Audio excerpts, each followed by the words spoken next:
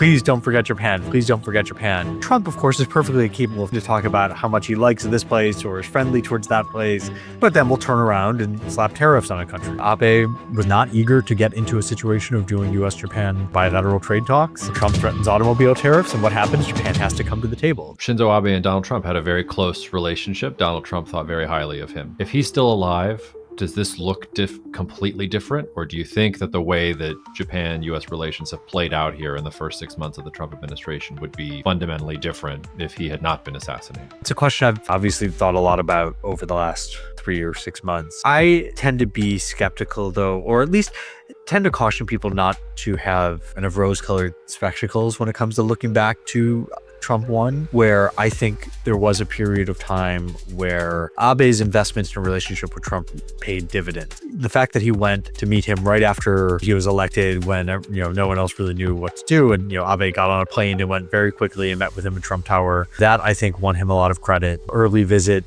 to Mar-a-Lago after inauguration, I think got him a lot of credit. That in some ways maybe certainly delayed some things. It certainly maybe avoided more severe outcomes. I would argue that you really got diminishing returns from that personal relationship as well. 2018, when Trump starts talking with North Korea, you get Abe calling up Trump constantly. Please don't forget Japan. Please don't forget Japan. And I don't think that worked with Trump personally. I think to the extent that Abe's sort of efforts to kind of prevent a bad deal with North Korea that would harm Japan, I think he had help inside the Trump administration. I think there's been reporting about John Bolton basically working with Abe to help prevent a deal that would basically let North Korea keep its nuclear weapons and basically get like a seal of approval for its arsenal. If that happened, if you saw similar talks happen now, would it look like that? Probably not, even with Abe around. And Abe was not eager to get into a situation of doing U.S. Japan bilateral trade talks, and Trump threatens automobile tariffs, and what happens? Japan has to come to the table. So things weren't always as pleasant and cheerful and friendly as people remember. And Trump, of course, is perfectly capable to talk about how much he likes this place or is friendly towards that place, but then we'll turn around and slap tariffs on a country, right? I mean, right before Liberation Day, what was it? Israel was saying, we'll take all U.S. tariff,